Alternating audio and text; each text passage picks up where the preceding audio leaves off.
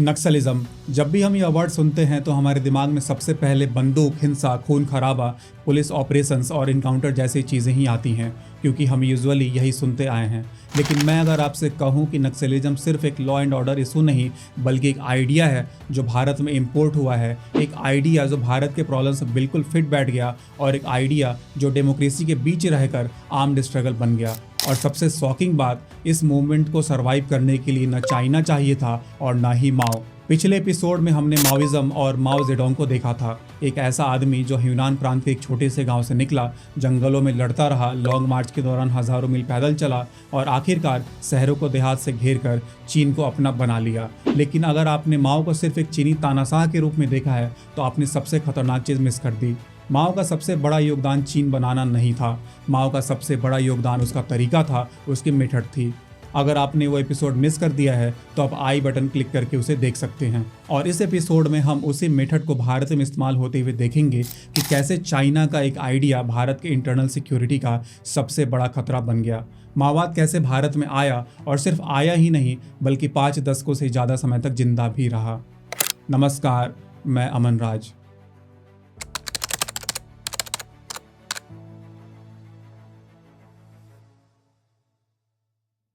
आज़ादी के बाद भारत का सबसे बड़ा अनरिजॉल्व इशू था लैंड, जमीन, जिसके लिए क्रांतियां हुई, खून बहा और आज भी बह रहा है।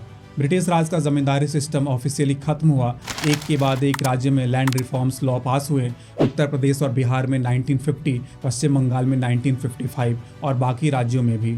पेपर पर जमींदारों की जमीन छीनी गई, टेनेंट्स को मालिकाना हक दिया गया, सीलिंग लगाई गई कि एक व्यक्ति के पास कितनी जमीन हो सकती है, लेकिन सिर्फ पेपर पर। प्लानिंग कमीशन के खुद की 1950-60s की रिपोर्ट्स मानती हैं कि लैंड रिफॉर्म्स अनइवन थे, क्योंकि ज़्यादातर जगहों पर लूप होल्स थे, बेनामी ट्रांसफ़र थे। जमींदारों ने ज़मीन रिश्तेदारों, नौकरों और यहाँ तक कि पालतू जानवरों के नाम पर कर दी थी।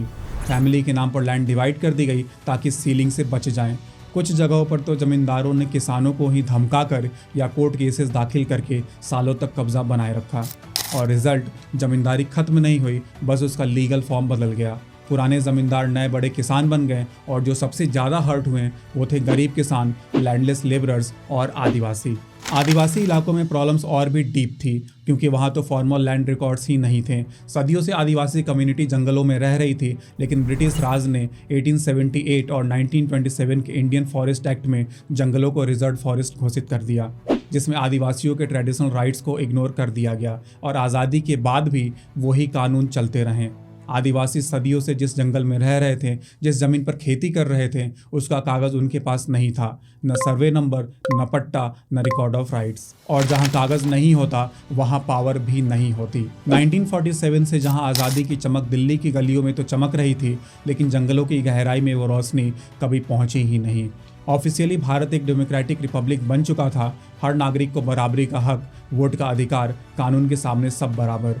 लेकिन डेमोक्रेसी का एक अनकंफर्टेबल ट्रुथ भी होता है। वो पेपर पर तो बहुत खूबसूरत लगती है, संविधान के किताबों में, स्पीचेस में, प्लानिंग्स में, लेकिन ग्राउंड पर उसका असली टेस्ट होता है, और अक्सर वो टेस्ट में फेल हो जाती है, खासकर उन इलाकों में जहाँ सत्ता की पहुँच कमज़ोर होती है।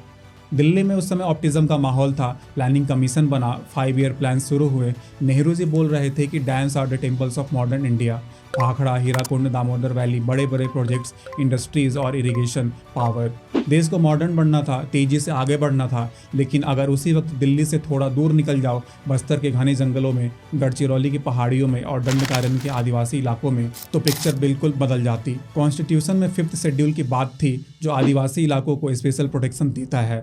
10 राज्यों में शेड्यूल्ड एरियाज घोषित किए गए, जहां गवर्नर को स्पेशल पावर्स मिले लैंड ट्रांसफ़र और मनी लेंडिंग को कंट्रोल करने के।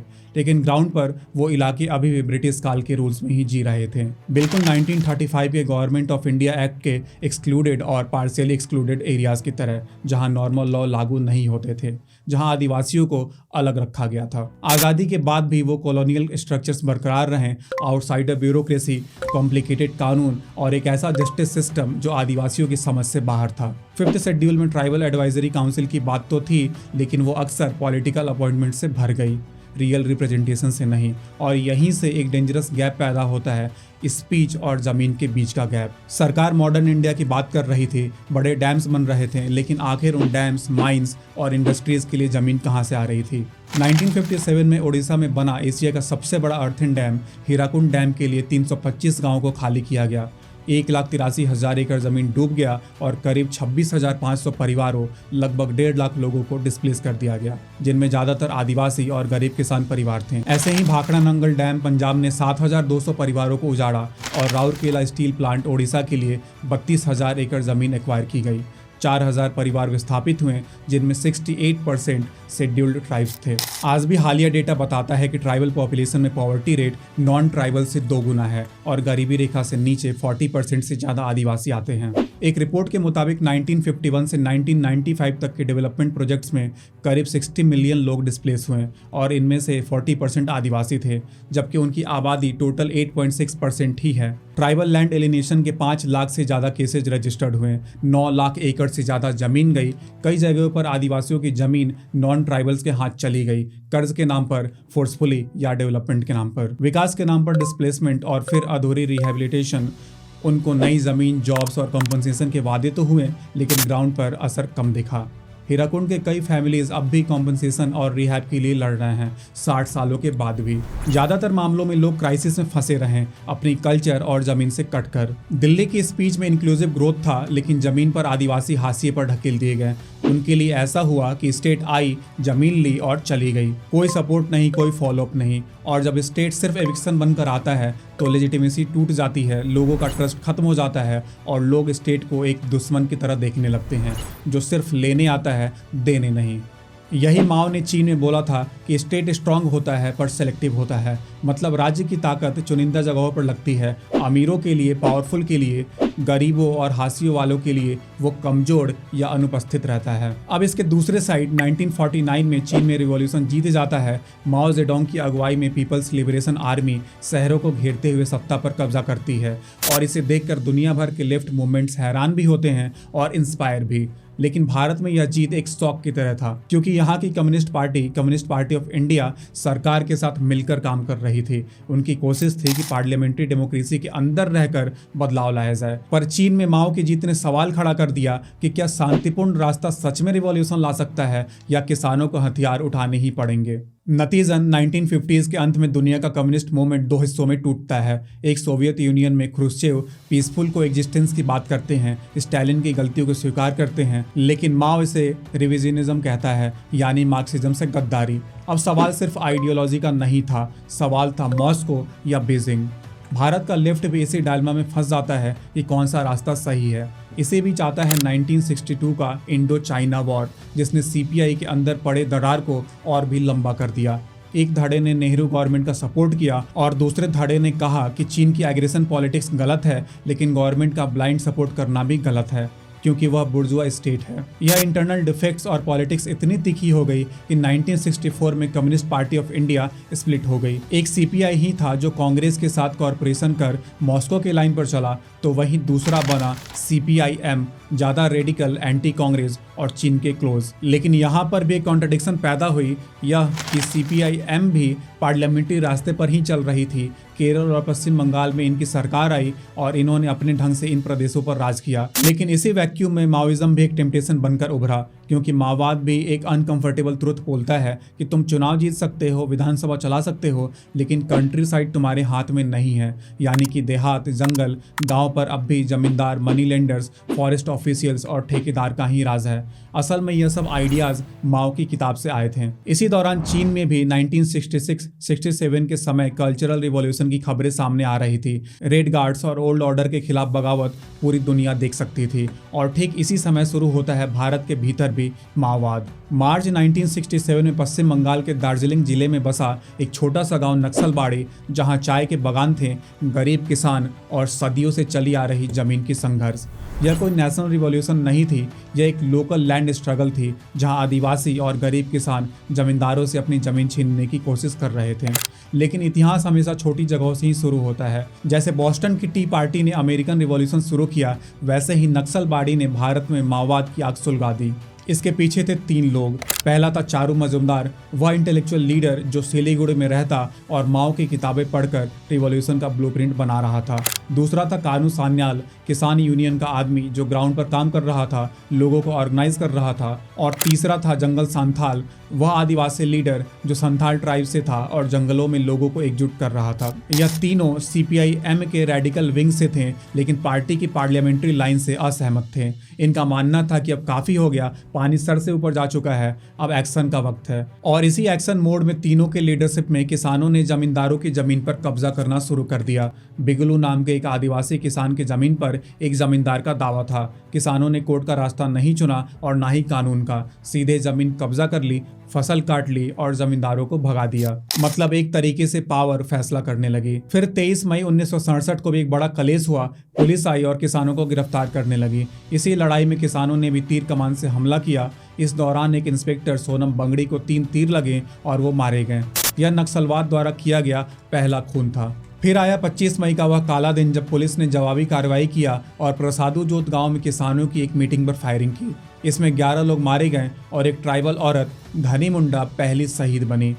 इस घटना ने किसानों के बीच आग लगा दी और इसके बाद किसानों की कमेटियां बनाई गई, जंगलों में हथियार उठाए गए और यहीं से माओवाद इंसर्जेंसी बन जाता है। इस पर चारू मजुमदार ने लिखा कि नक्सलबाड़ी एक नाम नहीं, एक रास्ता है। इसके बाद 1969 के दौर की बात है जब चारू मजुमदार ने CPI-ML बनाया और अपना रेडिकल स्टैंड क्लियर किया। उसने कहा कि बातचीत से कुछ नहीं होगा क्योंकि सिस्टम ही सड़ा हुआ है। चारू ने नक्सलबाड़ी को मॉडल रिवॉल्यूशन घोषित कर दिया। चारू का मानना था कि हिंसा जरूरी है क्योंकि वही न्यू मैन पैदा करेगी, वह आदमी जो मौत से नहीं डरेगा और सेल्फ इंटरेस्ट भूल जाएगा। चारू ने हिस्टोरिक 8 डॉक्यूमेंट में लिखा कि क्लास स्ट्रगल एनिहिलेशन की बैटल गरीब किसान की इनिशिएटिव रिलीज नहीं कर सकती, फाइटर की पॉलिटिकल कनेक्शंस नहीं बढ़ सकती और पीपल्स आर्मी नहीं बन सकती। उसने डिक्टम जारी किया कि इंडिविजुअल क्लास एनिमीज का संहार करो और इसके बाद शुरू हुई 1970-71 में सिलेक्टिव किलिंग्स। जमींदारों को घेरा गया, गले काटे गए, बॉडीज को सिंबॉलिक तरीके से डिस्प्लेस किया गया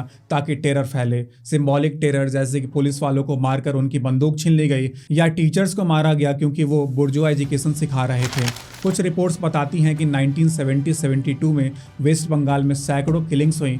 नक्सल ने पुलिस, जमींदारों, यहाँ तक कि राइवल कम्युनिस्ट को ही टारगेट करना शुरू कर दिया और पॉलिटिकल ओपोनेंट्स को भी मार दिया। यह टाइम आते आते हिंसा रोमांटिसाइज हो जाती है और अब भर्तियां कलकत्ता यूनिवर्सिटी से भी की जाने लगी।